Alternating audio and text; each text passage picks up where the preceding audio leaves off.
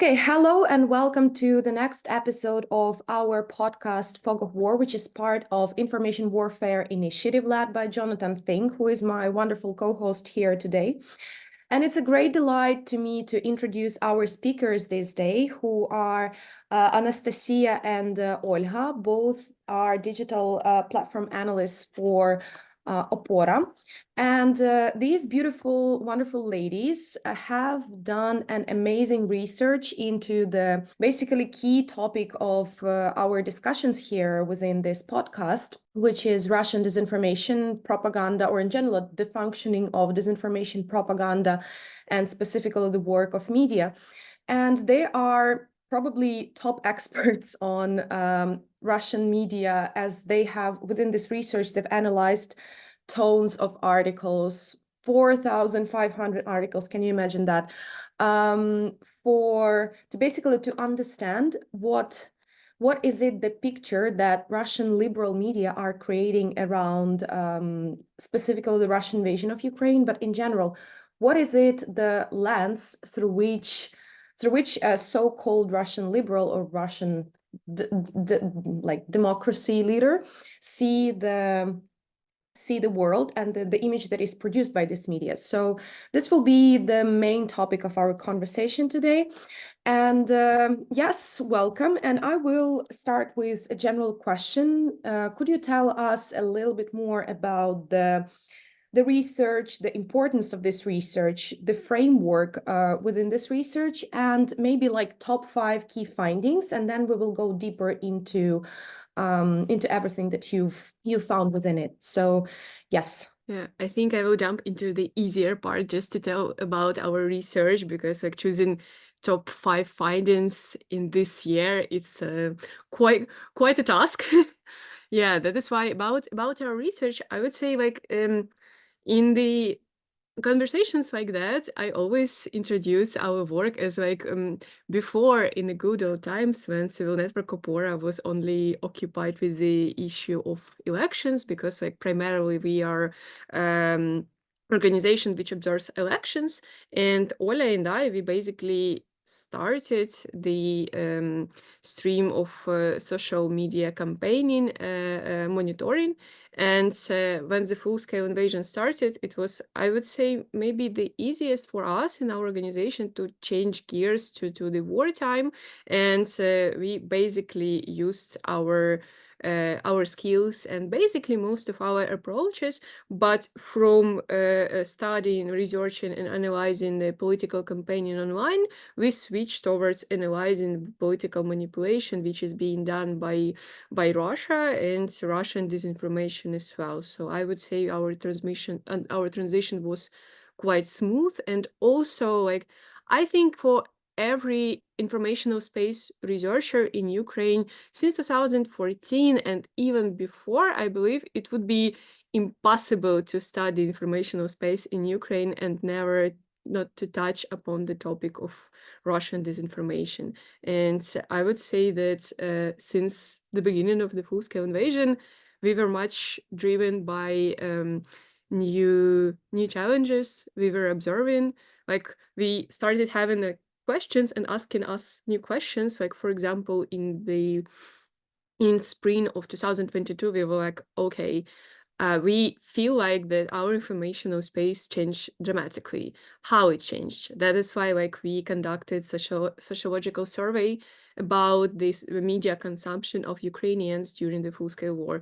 When we saw the results, we saw that the messengers completely took most of the Ukrainian audience, especially Telegram, which is for the first time became the number 1 source of news consumption. That is why we have to like, okay, now we have to research Telegram, and we started developing new like technical approaches, new methodologies, how to work with Telegram. After that, we were like, okay, we have to understand what was going on, like how can we communicate with Ukrainians abroad, because there are so many of them. And then we started to looking into, okay, how can we, which are the channels of communication with them, how do they consume information, which are the challenges for Ukrainian media and authorities to communicate with them. And also we started to looking into, okay, the territory of occupied territory of Ukraine unfortunately expanded dramatically, and that is why we felt like one of the most important things, and for me personally, one of the most important things we are doing is the research of temporarily occupied territories, because we are trying to show, first of all the efforts which are being done to silence the people who are saying, for various reasons, staying in occupied territories, like how the Russian authorities are trying to silence them, and how are they trying to create this infrastructure of terror, basically, and trying to distort the perception of reality through informational manipulation, through indoctrination, and basically trying to change the identity of residents of temporarily occupied territories. So basically, this is it. For me, like I would say like main researches for these like 3 years were about Russian liberals and all the things that they were saying about Ukraine, how they see, like how war should end, like what how Ukraine should look after the war, how Russia should look after the war, and all these things. And think that this research was very, very important for us. And also, I think like the research about cultural policy of Russia on occupied territories of Ukraine is one of our like the most I would say comprehensive researches. And I think that that's for me like the most prominent our works. Yeah, and I would say about our general research is you mentioned very well about like how our motivation to start looking into the narratives of so-called Russian liberals. For me, in our work, I perceive our work that our methodology, our approach, and all the data we analyze is kind of like our shield. Because, like, for example, with the research of the narratives of Russian opposition, like we feel like it's so hard to explain someone who is not familiar with the context of Ukraine itself, Russian-Ukrainian relationship, and the nature of so-called opposition, and exactly why we call them so-called. And this is so frequently asked question why Ukrainians refuse to cooperate with Russian opposition, and it's so hard to prove that point, that we are not like, I don't know, traumatized, or we just decide not to have like any contacts with Russia no matter what. Our goal was to show like evidence-based on the large chunk of data that we don't want to deal with Russian opposition until their narrative about the how Russian-Ukrainian relationship after the war and how the war should end until the change. Because like we managed to show that they do not promote pro-Ukrainian interests at all. And that is why it was like our explanation why we are consistently refusing to cooperate, because it goes against our interests. And it's not the same thing to be anti-Putin and be like pro-democratic or to promote peace, for example. It's not the same thing. And we managed to show that, because like we were like, okay, if we have to read everything they've written about Ukraine for an entire year, okay, we will do it. And we have done it. So am I right that there are two pieces of research? So one on the cultural peculiarities of the temporary occupied territories, and another one on Russian media? I would say that it's like a small part of our job, like of our work through these 3 years, because like we had a lot of different researches about like, for example, we had at the beginning of full-scale invasion, we had research about how Russians what Russians say about what they did in Bucha near the Kyiv, this like absolutely horrible things, and we managed to see what they actually say about that, and which channels they use to to spread their word to like Western audiences, for example. And it's like only the small part of our research. Like we had a lot of researches about, for example, temporarily occupied territories and so-called elections or referendums, and we looked through the narratives about these topics. So it's like not only about culture and not only about Russian opposition, I would say. Yeah, I would summarize, I guess, most of our streams of work right now. It's like first Russian disinformation and Russian disinformation spread to the foreign audiences. So the second stream of our work is Russian informational influences inside of Ukraine, and the third is the investigation basically of informational space of temporarily occupied territories. And that is why like those examples like Ola and I just mentioned, like they go on one of these like three boxes, but to summarize it all, it's basically like these three streams. Okay, then let's jump, I guess, into the first stream, and well, maybe it coincides with some other ones, but in general, there is like this, you mentioned it correctly, that sometimes it is not widely understood of, like, for example, with Navalny, when he was killed or he died in the Russian prison, there was a huge wave of people saying that, oh, he was like a great liberal. It's such a great pity that he died in Oxford. We even had the whole monument dedicated to him as like like the memory site, and with people coming there to commemorate him and whatever he was doing. And just recently I was in Waterstones, and there were two books on the same shelf. One of them was by Serhiy Plokhy, and another one was actually about by John Sweeney, about Navalny. And these narratives, they're presented as kind of like within one framework. So therefore, my question would be, could you tell us a little bit about what is it that Russian liberal media are actually saying about the war and the full-scale war? What is it that they say about the role of Ukraine and the future of Ukraine and Russian-Ukrainian relations?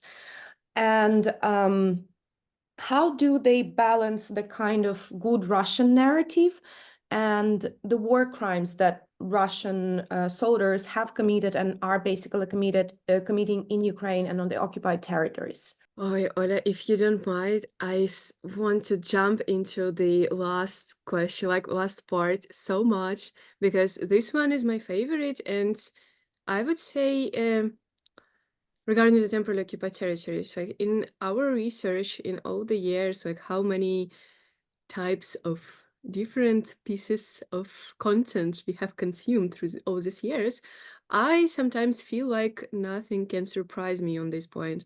But Russian opposition managed to surprise me on this one, because like regarding temporarily occupied territories, for example, especially the Navalny team, they very frequently they compare the situation on temporarily occupied territories and in Russian cities. Like, for example, they are trying to prove that it's quite the same experience of living in, for example, St. Petersburg and living in Mariupol, because in both of these cities, like the control is captured by Kremlin, by Russian authorities, and that is why like they are trapped literally the same way as resident like Ukrainians who are staying on occupied territories. Like this is the same experience. And we have seen literal citations when, for example, it was Volkov, right?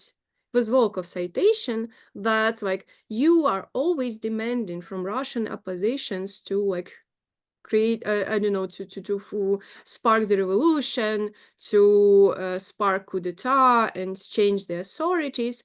And look at the Ukrainian occupied territories, you see that Russians are not capable to do so, but surprise, surprise, Ukrainians also not capable to create a revolution on temporarily occupied territories and to liberate themselves. And for me, when I saw this tweet with this literal comparison, my first question was, has Mr. Volkov ever seen, for example, I don't know, the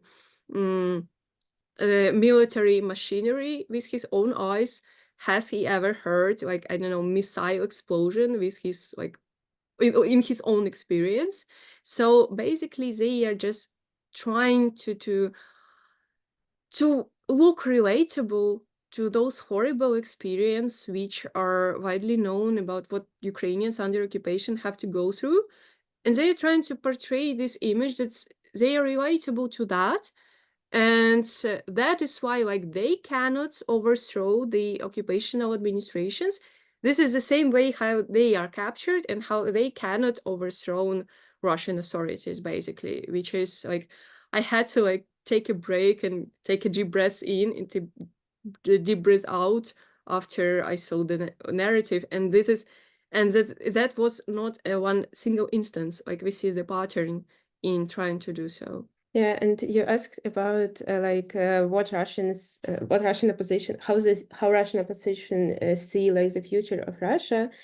And honestly, I have a comment here about especially Navalny team, because these guys, one of them posted on Twitter some time ago that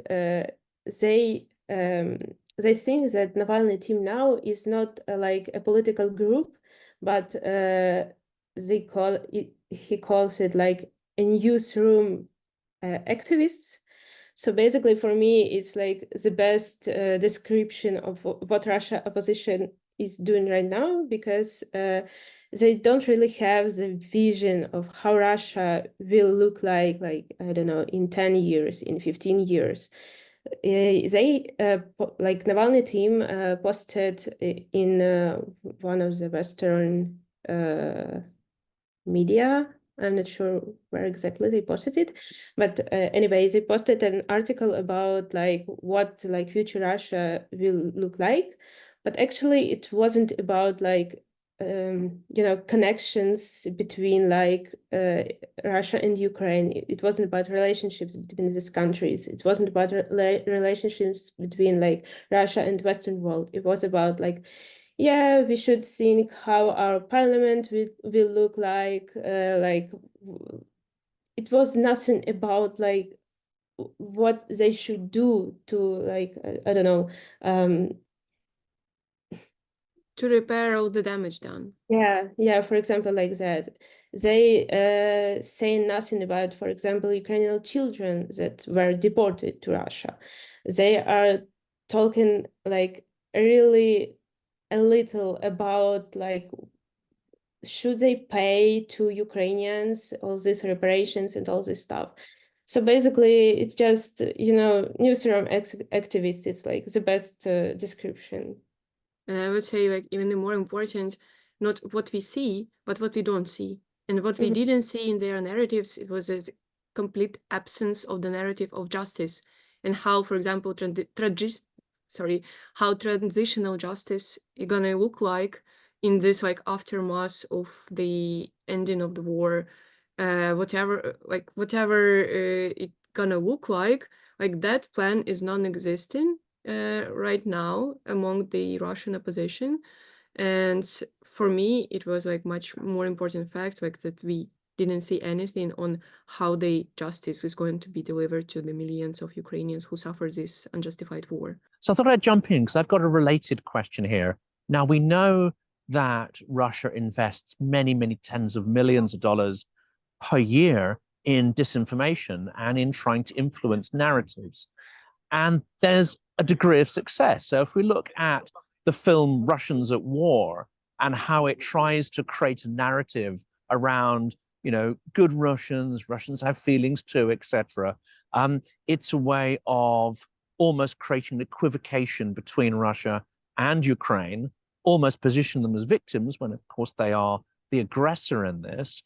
How can we counter that? Because there clearly is not only huge resources in there, there is also an appetite in Western media to actually consume these narratives. We see this as well with the cover of Newsweek showing, Navalny as a almost religious revolutionary martyr.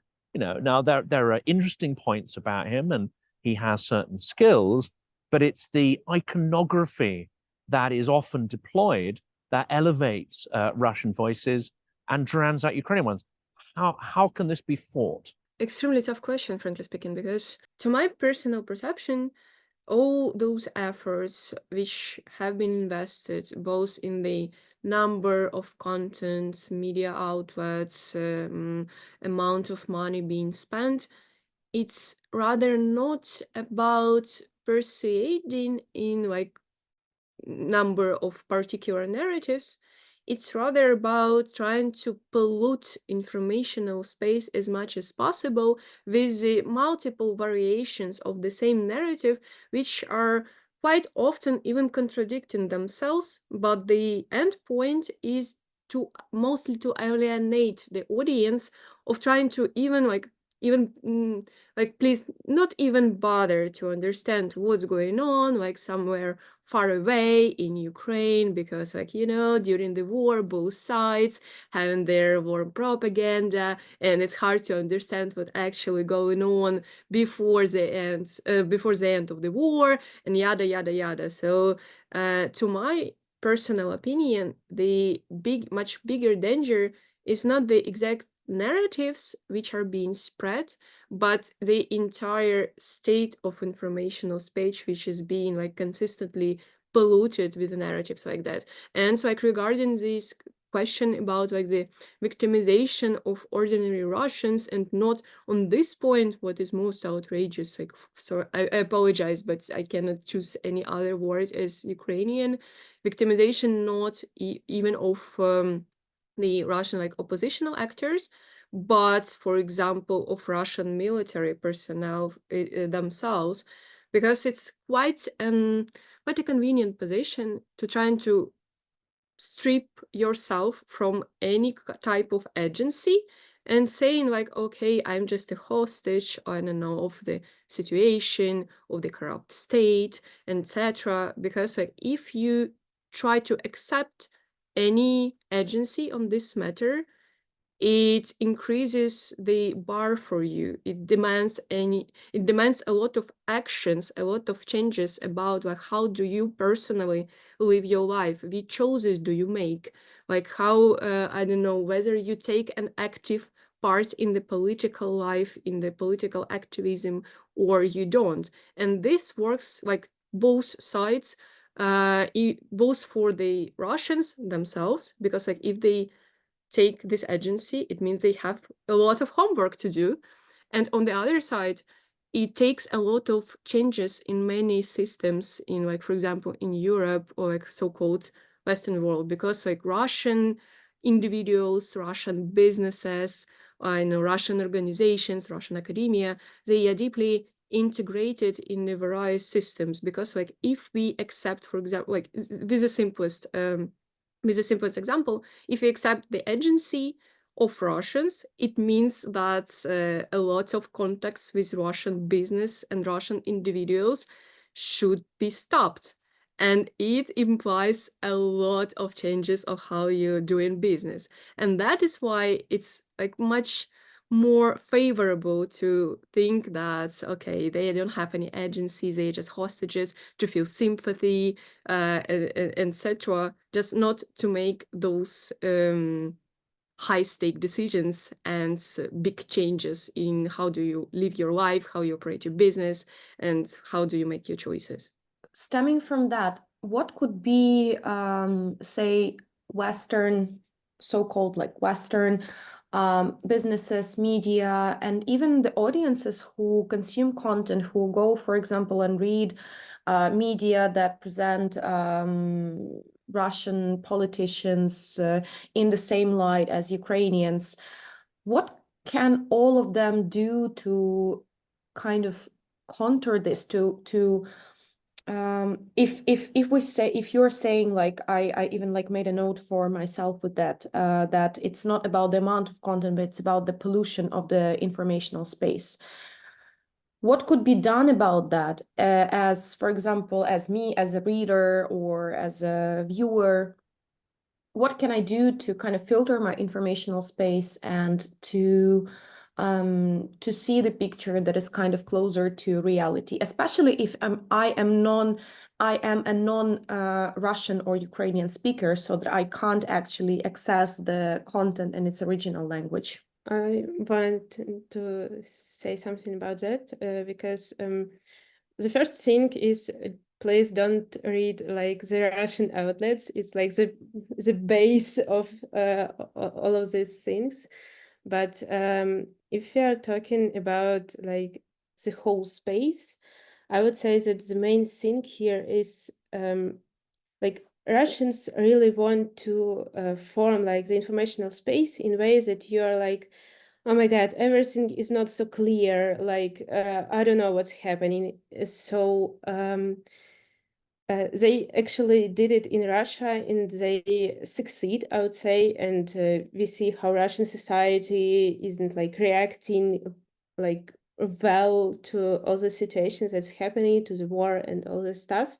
And for me, like the main thing here is like that you should sit and, you know, like choose some medias, some, I don't know, Twitter accounts, some, like, I don't know, Facebook pages with maybe different points of view, but I don't know, to try to understand what's happening. Like it will not be so hard. It will be like 2-3 hours or like just an evening, but just please don't think that everything is not so clear. It's like the worst thing. Also, to add into what Ola already said, and I think summarize it a little bit, that most impactful decision is trying to work on the like entering part and trying to distance yourself from not such a trustworthy content, because like the issue with debunking, for example, like when the like the fake news or like disinformation narrative is already planted, even if you debunk it, it's very hard that your debunking it actually reaches the audience which was already impacted by disinformation. And that is why, like, I highly advocate about it. First of all, we need to like change the rules of how our informational space operates. But this is issue definitely not for every single social media, for example, user. It's more about like on high level policy making, etc. But for regular user, like the first and most important thing for me is like trying to maintain control on your newsfeed. Like, for example, don't hesitate to, for example, block those pages which have ever been sharing any suspicious or weird or disinformational narratives, because it impacts their potential reach on the higher audience on the this network. Like, for example, probably you've heard this several months ago. Frankly speaking, I don't remember why all those users were canceling those celebrities, but there was a huge wave of like block lists of like top US celebrities with like, for example, like Kim Kardashian, even like Taylor Swift, if I'm not mistaken, was there.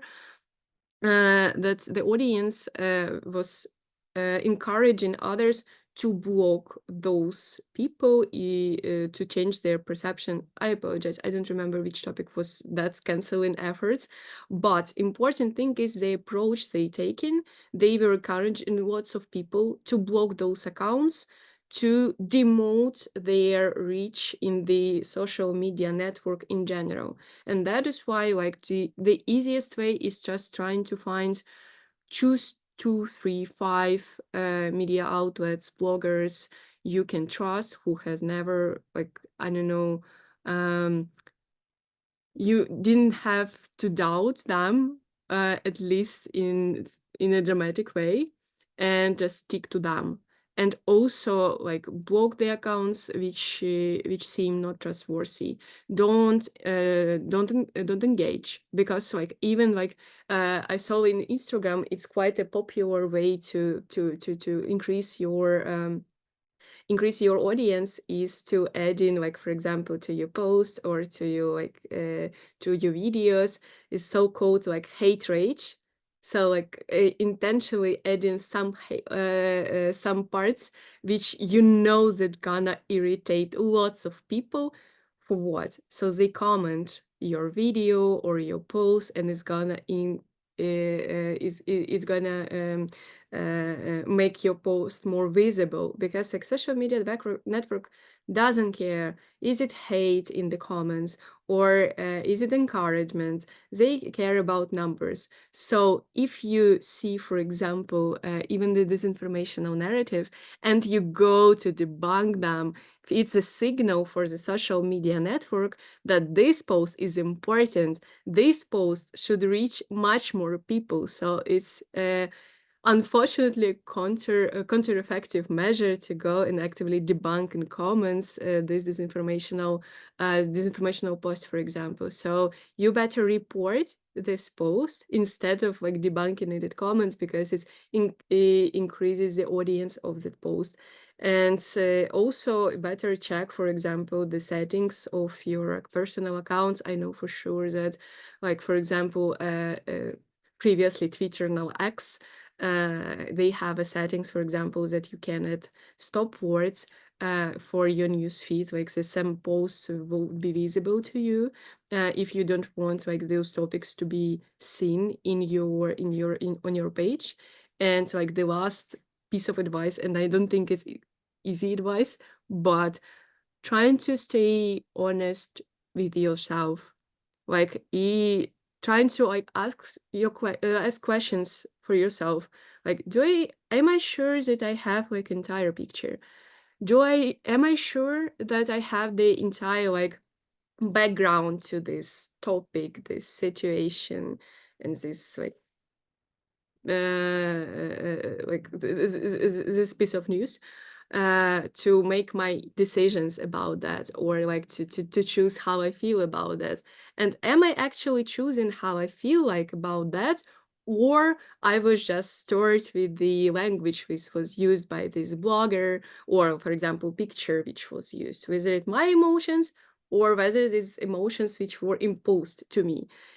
Unfortunately, this is only those simple rules which I believe is very wide known to your audience, to most of the people, but these simple rules work.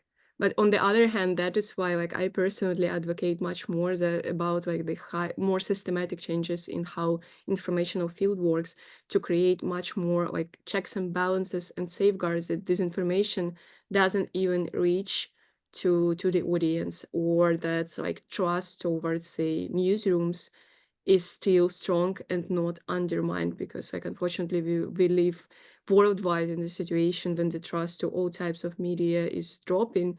And that is why like the most important thing is changes the system in general.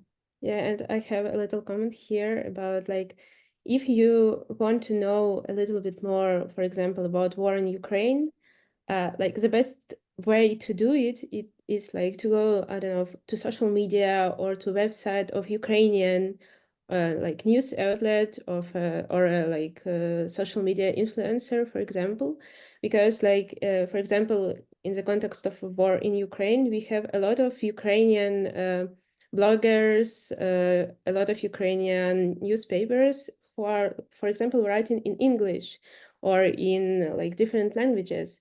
And for me, like it's the best way to know about what's happening from the people who actually like live in Ukraine and see all what's happening around them, and they can even talk to you if you're very active in their like replies.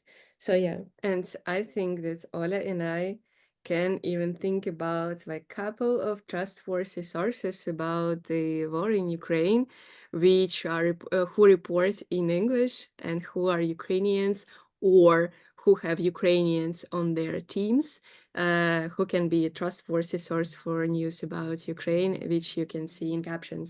Okay, thank you very much. Actually, it's a very interesting conversation because I feel like with the blurred lines between media and social media, and with basically every journalist, good journalist, bad journalist, having their social media personas, and they're kind of like being in, you know, in everybody's gadgets, in just before people go to sleep, just before everything, you know, like it's just at any given moment of time, like a boring conversation at the family table, you start scrolling your social media. And thus, it also related to the questions of imperialism, to the question of decolonization, to decolonizing narratives. And it's something that you both have mentioned in terms of the narratives of Russian liberals as like, what is the future of Russia? How can Russia decolonize? How can Russia talk about its past? What is Russia's past as an empire? And yeah, it's just interesting because social media, on the one hand, they kind of can be the driver of these changes. On the other hand, they can also be the ones stopping this change because they kind of come from these imperial narratives and thus enter intimate spaces of people's I don't know, like family meetings while you're just scrolling the media. So I feel like this conversation is actually essential and it's extremely important. And starting from this particular case, but also expanding to the general issue of informational hygiene and the way information functions in this world. Yeah, and I believe this approach is extremely valuable and important because I don't know, it was game-changing for me to hear one simple thought that why it's so difficult to advocate for Ukrainian needs, for Ukrainian victory worldwide, because world knows quite well what does the life with Russia looks like. And that is why it's very hard to imagine how to live without Russia. On the other hand, most parts of the world found out about Ukraine like almost yesterday. That is why like world has spent lots of time living without Ukraine. That is why like living without Ukraine is not that quite of a change. So that is why like for Ukraine it's so important to enter the scene and to build our own agency, because like Ukrainian state exists as regaining its independence for not for such a long time, since 1999. That is why like it's our job to show how does the world with Ukraine looks like. So there are lots of techniques that are being tested, innovated, trialed to counter disinformation. And of course, I'd be interested to hear your view on whether there's a silver bullet. I'm assuming there isn't, that it's a collection of multiple techniques required to counter disinformation. But is one of the most important foundations, you know, not just to counter narratives, but actually to deeply immerse yourself in history, to have a deep understanding of history, especially Ukrainian version of history, not Russian version of history. Without this, are we not fully inoculated against disinformation if we don't have a deep and ongoing, let's say, involvement in history and reading of history? Then all these efforts are not going to be that effective. Frankly speaking, like looking into Ukrainian case on how Russian disinformation operates among Ukrainian audiences, like what I have seen already extremely clearly that it's quite a tough job to plant any like fake information, like any deceptive information where there is no informational gaps. So what the Russian, like both Russians or any perpetrator basically is doing first, it's looking into where those informational gaps exist, where we have like where the important information is lacking, or where it's still unclear. For example, when we talk about any expert knowledge, or for example, when we talk about the Zaporizhia nuclear power plant, which is being now under occupation of Russian authorities, there's a lot of disinformation about operation of the nuclear power plants, and why it's mostly effective, because you need to have lots of expert knowledge, which you cannot study overnight to understand where it's true, where it's not, because, like, for example, Russian media very often trying to create that image that they are saving this nuclear object because Ukrainian authorities were operating it poorly, or they were trying to operate on so-called demands of their like Western masters.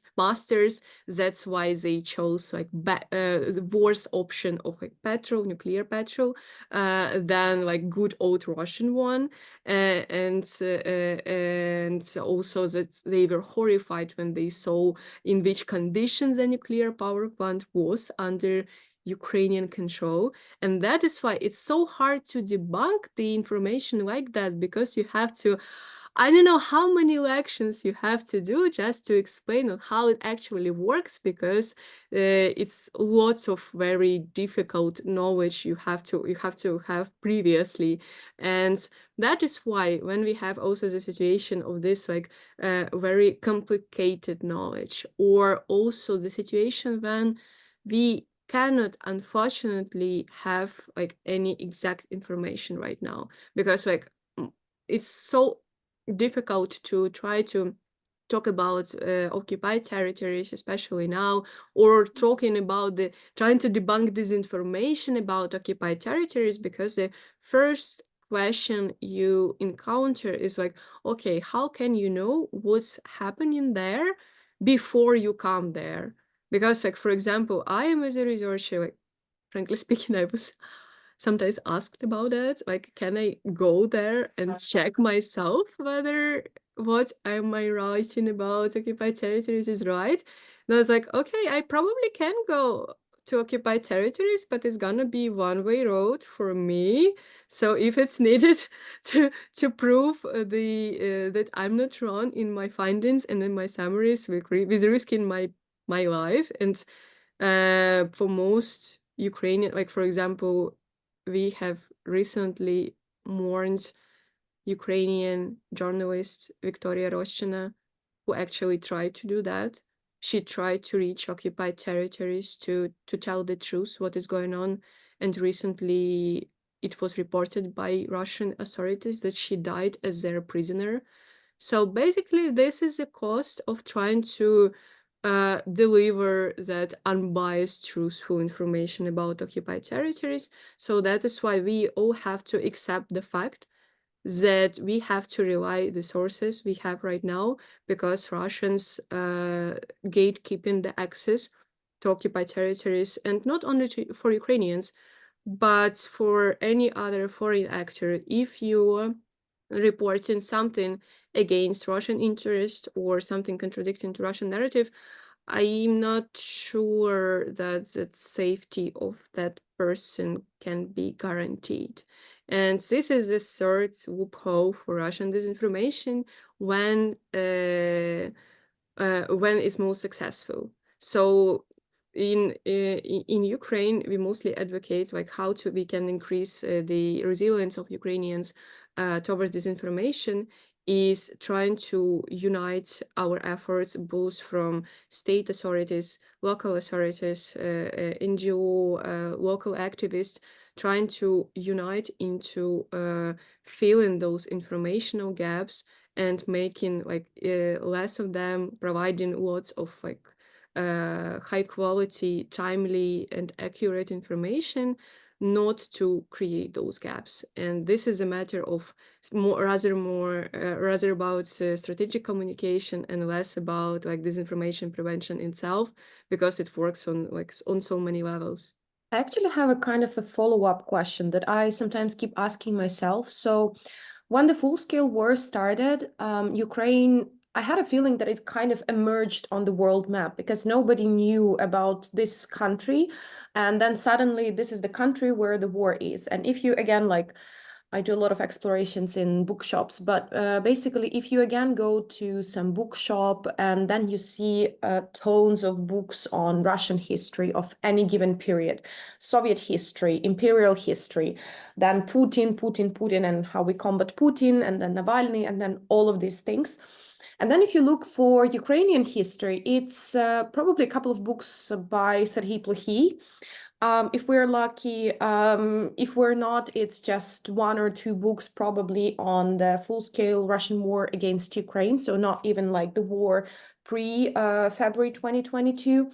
And then it's like a huge, kind of knowledge gap on what Ukraine actually is, which probably is causing a lot of frustration and a lot of fear and a lot of, something that my colleagues in Brussels would tell me was that I don't know what Ukrainian sources to choose because I'm not a native speaker. I can't check the language and I don't know if they are good.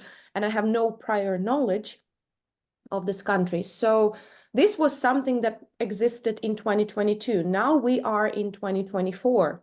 So it's basically 2.5, almost 3 years after the beginning of the full-scale war. So you'd expect people becoming more aware of what's going on, of Ukraine's history, of Russian history towards its colonies, former colonies, and towards Ukraine, Russian role in the world and the way that disinformation is spread by them.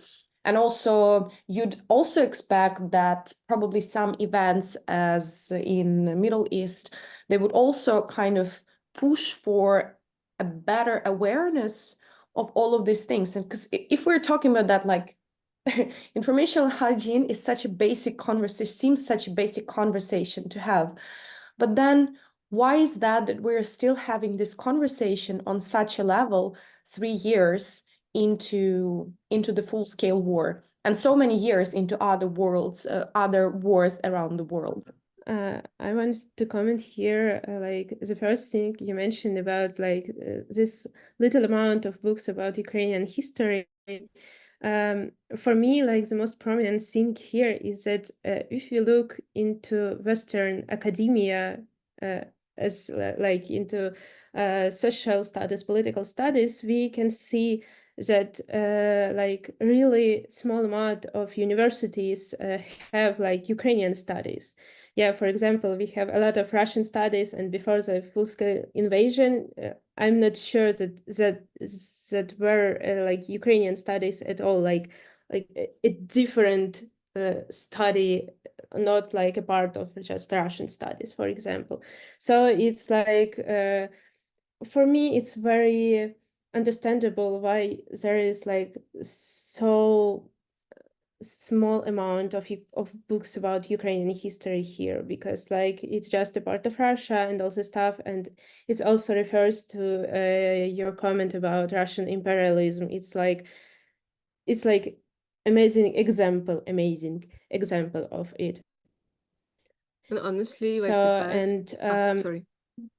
yeah, and here is like another comment about like Ukrainian history is the point that inside Ukraine we also like thinking about our history. We should like remaking it to ourselves first, and after that we just can present it to the world, for example, because like in Ukraine, there are a lot of Russian imperialist narratives. For example, we had a lot of battles about like Pushkin, like about some of these Russian writers, actors, and all this stuff. Like, are we like the same nation or we are not? And after the full-scale invasion, we understood that like we are not the same nation. We are not like one nation. So for us, it's like about reimagining of us firstly, and after that we can talk about us to the world.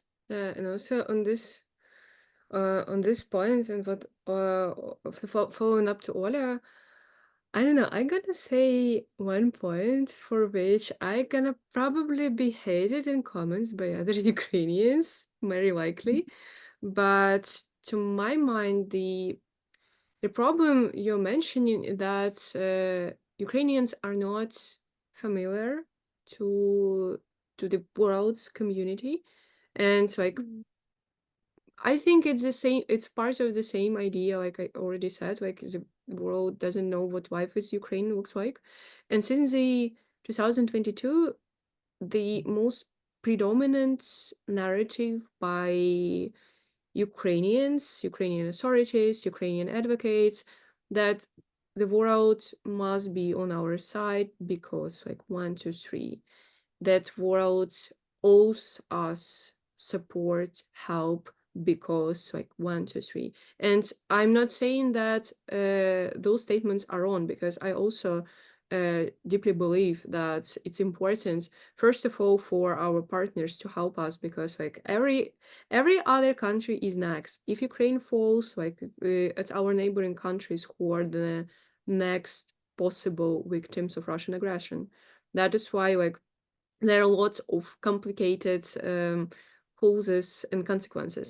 But on the other hand, this is not the only reason why other like audiences of other countries should stand by Ukraine, because it's our job, it's our work to add to this conversation, like for every Ukrainian, like in every field where we are, not just to say like you have to help us, you because you owe us, I don't know, because of denuclearization of Ukraine, because of poor reaction in 2014, which are all true, and I gonna like I can talk about this for a very long time, why it's so very true.